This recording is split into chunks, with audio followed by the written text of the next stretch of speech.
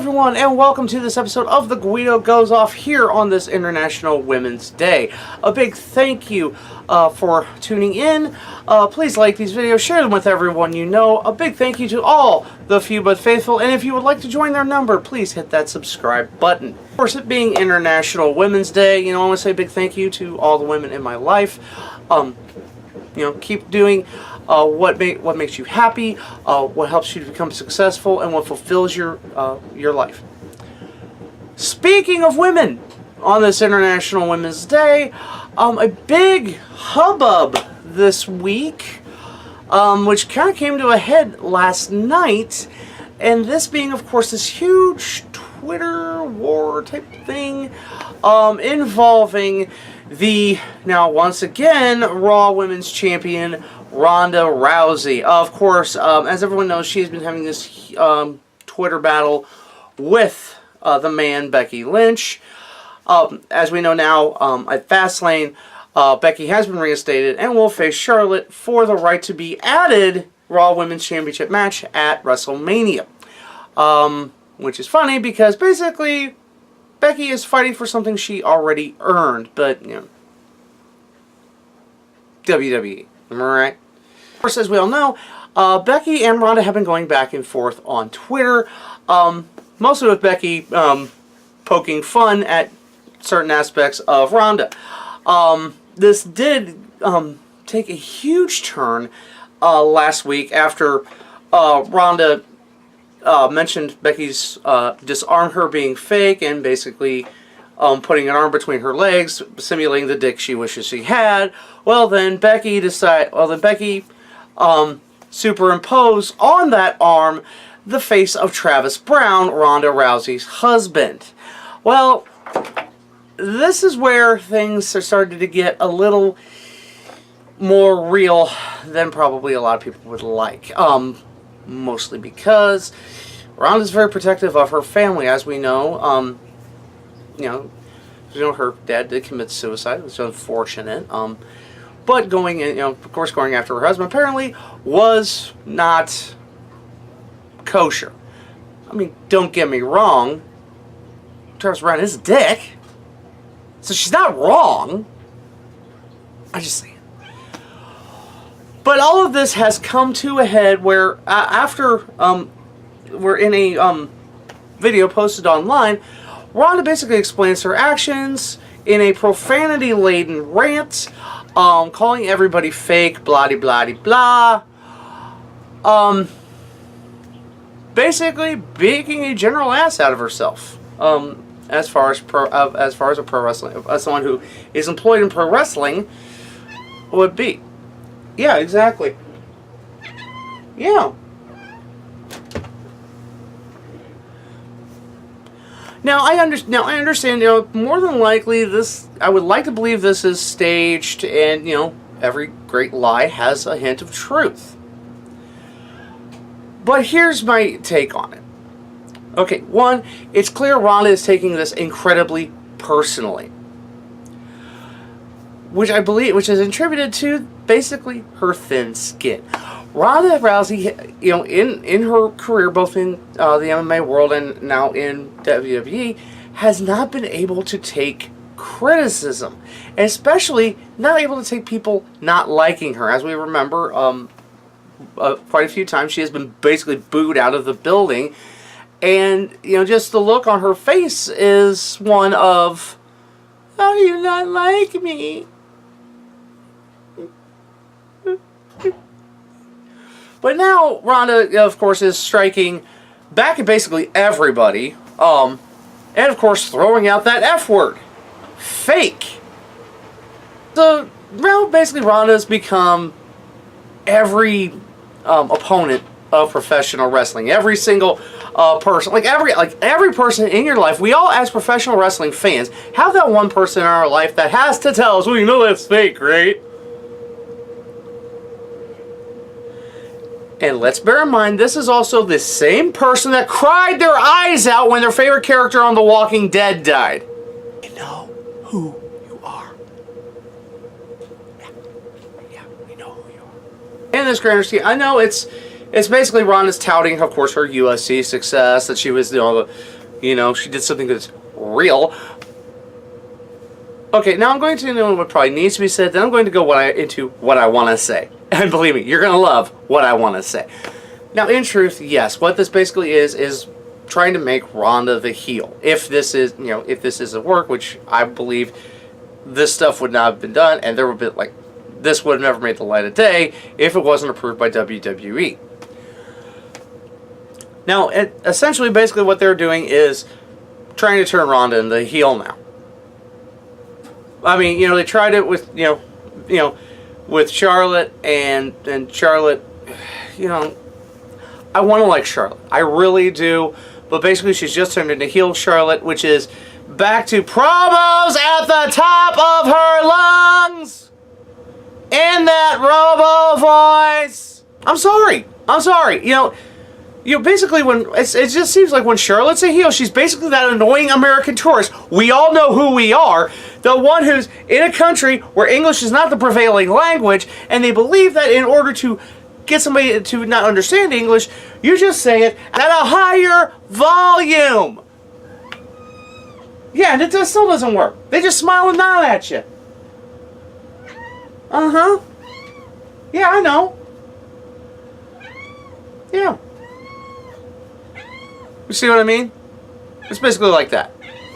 So then now you're trying to do something different, but you're basically muddling the waters. A lot of people now are just starting to not care about this whole thing, which is something that a lot of people have been wanting, a female main event at WrestleMania. And now you've got, at least 2-3 good pieces to have a great main event at WrestleMania to get a great build. I mean, of course, what this is, it's all building Becky's redemption. We're trying to turn Becky to... are we trying to turn Becky into Stone Cold, or are we trying to turn her into Daniel Bryan? You're kind of confusing everybody with this. Becky's still going around claiming to be the man, which, honestly, who can argue at this point? She is, right now, the most, popular figure in pro wrestling at this time. Which I think is, which... I think Ronda is taking offense to, because it's supposed to be all about her, I guess. It's supposed to be all about Ronda because she's supposed to be the big star. Vince touts her as the big star. She's one of the biggest stars in WWE at this time. The problem is, as we all know, professional wrestling fans treat wrestlers like toys at Christmas. Now, bear in mind, okay, you get that shiny new toy, you open it up, you play with it a little bit, then you get bored with it, and then you want to see what else you got under the tree, and then eventually you end up playing with a box. I don't know who to equate to the box. I don't know, maybe Roman Reigns. I don't know. I mean, it's great Roman Reigns is back, but that for another time.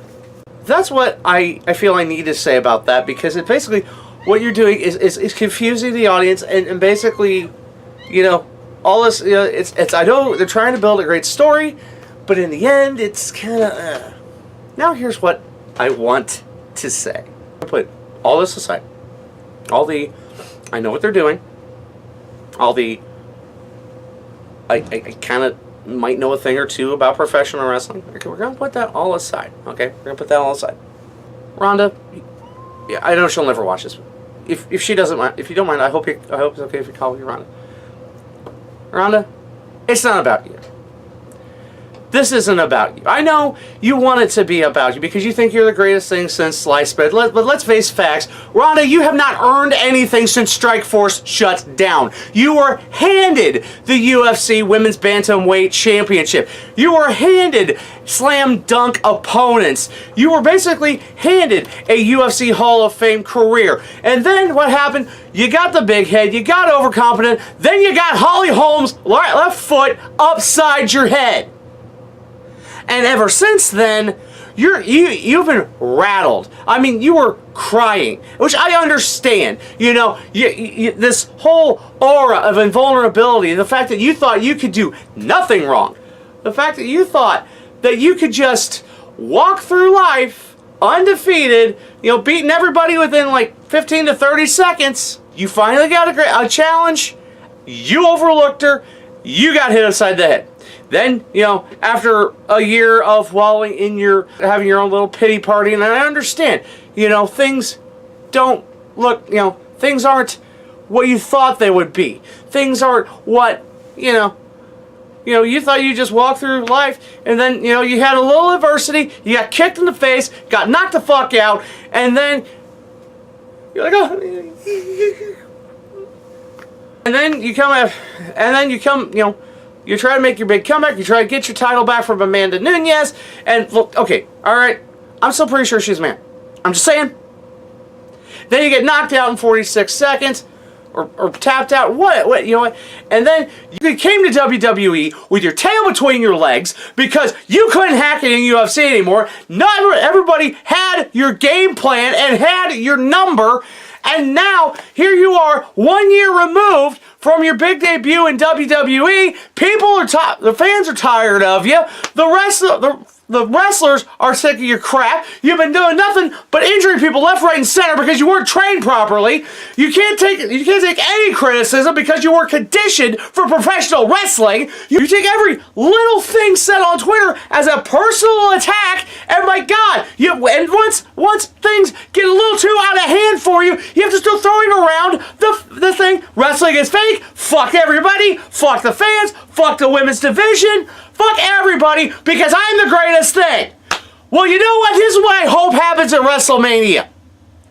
I honestly hope that either Charlotte or Becky Lynch punches you in the fucking face and makes you cry, because guess what? You don't get 3 months to recover from a fight. You have to be there day in, day out, get that thick skin, deal with the injuries, deal with the pain, like each and every one of those women, everyone from the top of the card, from Charlotte, from Becky, from everyone at the bottom. Each and every one of those women is dealing with injuries, dealing with personal issues, dealing with life itself, but they get out there, get their game face on, they put on a show for the paid fans, and go back and do it over and over and over and over again. I am so freaking sorry that you were not prepared for life in professional wrestling. Because as much as everyone wants to say it's fake, it's staged, it's choreographed, it is more real than a lot of things out there in this world. You want proof?